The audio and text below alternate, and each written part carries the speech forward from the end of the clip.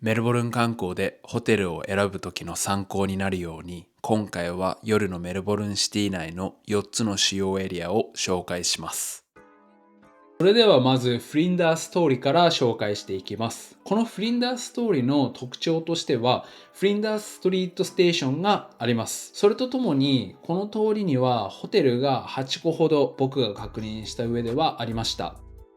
この通りはフリンダースストリートステーションに近づけば近づくほど人通りの多さ、車の多さっていうのが増えていって、明るさもこのように見ていただいたら分かるようにとても明るい通りになっています。僕自身の感想としては何か危険なことがあるなっていうふうには思いませんでした。むしろ人が多く歩っているので何かあった際には助けてもらえると思うので、そこまで危険視するような通りではないと思います。見てください。これトラムと電車だったり背景の景色めちゃめちゃ綺麗ですよね。この通りには先ほども言ったんですがフリンダーストリートステーションがあります。少しずつ見えてきました。夜のステーションはめちゃめちゃ綺麗で、僕は朝よりも夜が好き。気をつけるべきこととしてはどこでも一緒だと思うんですけど、やっぱりドラッグやっていたり酔っ払っていたり少しおかしい人たちがいた場合はそこから離れる、近づかないということが大切です。そしてこの通りはディグリーブストリート、カフェのストリート、レストランのストリートになっているので、朝でも夜でもいいので立ち寄ってみるといいと思います。このような感じで人もいっぱいいて安全にこの通りを歩くことができました。最後にこのステーションの目の前はとっても人がいて、金曜日土曜日っていうこともあったんでしょうけど、とても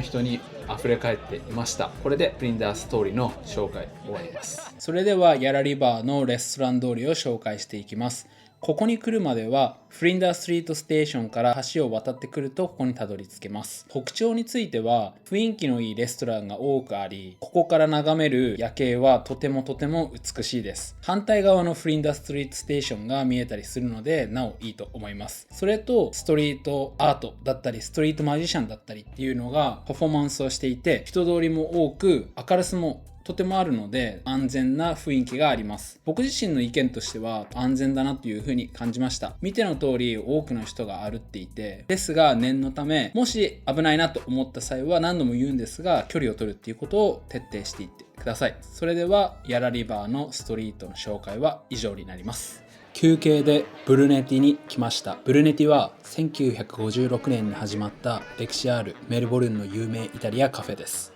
夜の9時頃ですがとても混んでいました。僕たちが注文したのはホットチョコレートとスイーツ。ホットチョコレートがしみる季節なのでぜひ飲んでもらいたい。美味しかった。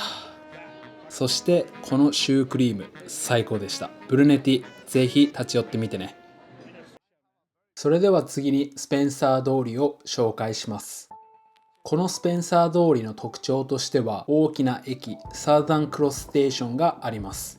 スカイバスでメルボルン空港を往復する方は必ず利用します。この通りにも多くのホテルがあります。人通りはサーザンクロス駅付近に近づくほど多くなり、ほとんどは仕事終わりや帰宅途中の人たちでした。左手に見えるのがサーザンクロス駅。そしてこの通りがサーザンクロスステーションの目の前の通りです。飲食店だったりコンビニだったりっていう風にいろいろなものがあります。とても明るいですよね。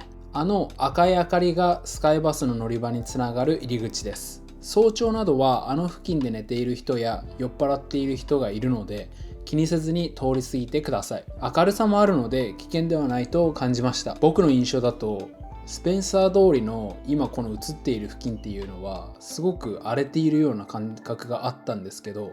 今日は何もなく静かだなっていう風に感じました。時間帯が7時から8時ぐらいだったのでその影響もあるのかなと思うので、あまり夜中12時だったり1時に出歩かない限りであれば危険ではないなという風に感じました。これでスペンサー通りの紹介を終了します。それでは最後にキングス通りを紹介します。この通りの特徴としてはスペンサー通りのように昼間はオフィス街やホテルが並ぶ普通の通りですが、夜はバーやクラブが集まる少し大人なエリア。ホテルも周辺にいくつかあり、それとサーダンクロス駅にも近く便利です。この大きく見えているのが大人のエリアです。男の人が大好きなところ。人通りは他の通りに比べると少し少なかったです。ですが変な人を見かけることもなかったので、夜遅くなければこの通りも危険ではないと思います。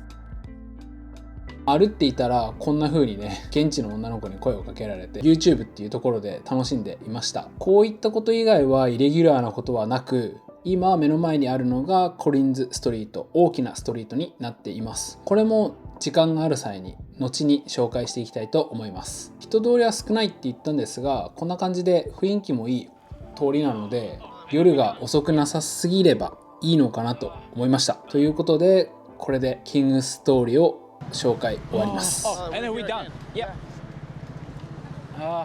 は今日の動画はこんな感じで4つのストリートを紹介しました。今回の動画で皆さんがホテルを決める際だったり、何か夜のねレストランだったりの参考になればなと思ったので、ぜひこの動画が参考になっていたら嬉しいです。それと同時に僕が言ったブルネティもめちゃめちゃいいとこなので、ぜひ行ってみてください。こんな形で僕の YouTube チャンネルではメルボルン観光を主にメインで取り上げて皆さんに紹介しますので、ぜひチャンネル登録お願いします。それではまたねー。